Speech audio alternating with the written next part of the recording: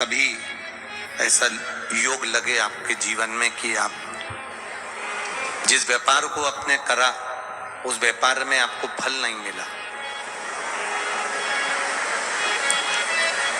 फिर आपने व्यापार चेंज करा, फिर बदल कर देखा, फिर उस व्यापार को कर देखा, उसमें फल नहीं मिला,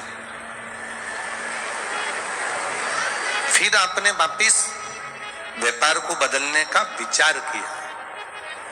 तो हमारा निवेदन रहेगा उस व्यापार को बदलने से पहले एक काम जरूर कर देखो। 3 स्थान पर बेलपत्र को चढ़ा कर देखिएगा।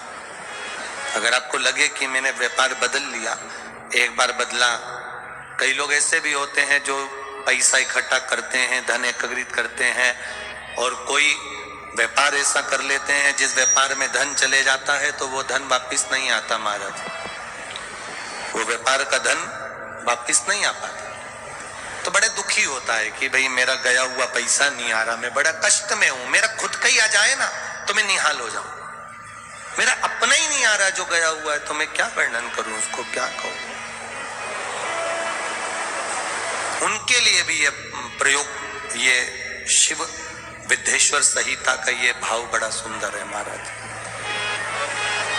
आप व्यापार पर व्यापार बदल कर देख लिए, धन भी हमारा कहीं डूब गया, आ नहीं रहा है, तो प्रयास करना। 3 स्थान पर चढ़ाई गई बेलपत्र हमें सुख का अनुभव करा देती है, बहुत ध्यान लगाइए।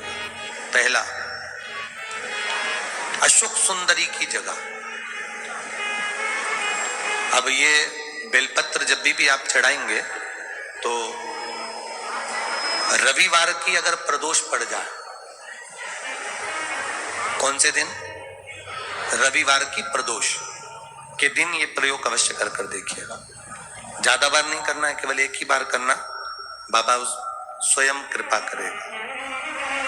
अपने मंदिर में, अर्थात अपने घर के पास कोई मंदिर हो, शिवालय हो, देवालय हो, जहां शंकर भगवान विराजमान हो, शिवलिंग हो, ऐसी जगह पर अवश्य करें।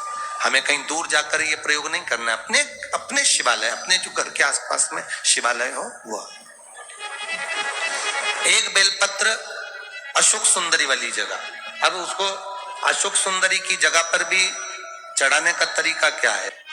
जब हम बेलपत्र चढ़ाएंगे तो उस बेलपत्र को चढ़ाते समय आपकी जो बेलपत्र की डंडी है, वो बेलपत्र, रविवार प्रदोष के दिन का ये उपाय है महाराज। ये बेलपत्र की जो डंडी है, इस डंडी का भाग शिवलिंग की ओर होना चाहिए। ये जो डंडी है, इसका भाग अशोक सुंदरी पर जब चढ़ाएंगे तो शिवलिंग की ओर इसका भाग होगा महाराज। दूसरी, बेलपत्र को जब हम समर्पित करेंगे, जया, विषहरा, शामरीवारी, दौतली, देव, मान लो जलाधारी ऊपर नहीं है शंकर जी के, तो उसका स्मरण कर 5 कन्याओं का नाम लेकर, जया, विषहरा, शामलीवारी, दौतली, देव, इनका स्मरण कर शंकर भगवान के शिवलिंग पर बेलपत्र रखेंगे। बेलपत्र कहाँ रखना है? आप अगर यहाँ बैठे हो तो आपके विपरीत में डंडी का मुख होना चाहिए। ये बेलपत्र की जो डंडी है, इसका मुख आपके विपरीत में हो। आप यहाँ बैठे हो तो डंडी उधर होगी, आप इधर बैठे हो तो डंडी का मुख इधर होगा, आप उधर बैठे हो तो डंडी का मुख इधर होगा, आपके ठीक विपरीत की ओर डंडी का मुख हो। ये 2 जगह बेलपत्र समर्पित करने के बाद तृतीय बेलपत्र शिवलिंग की जो जलाधारी है, जहां पर भगवान शंकर का शिवलिंग रखा है, वहां स्पर्श कराकर, केवल छुआना है, स्पर्श कराकर बेलपत्री के पेड़ के नीचे ही कोई कंकर हो, कोई शंकर हो, या कोई मिट्टी का ढेला हो, नी हो, तो वहीं मिट्टी को थोड़ी सी ऊंची कर एक बेलपत्र बैठकर इस बेलपत्री की डंडी जड़ की ओर, मतलब जो वृक्ष होता है उस ओर इस डंडी का मुख होना चाहिए।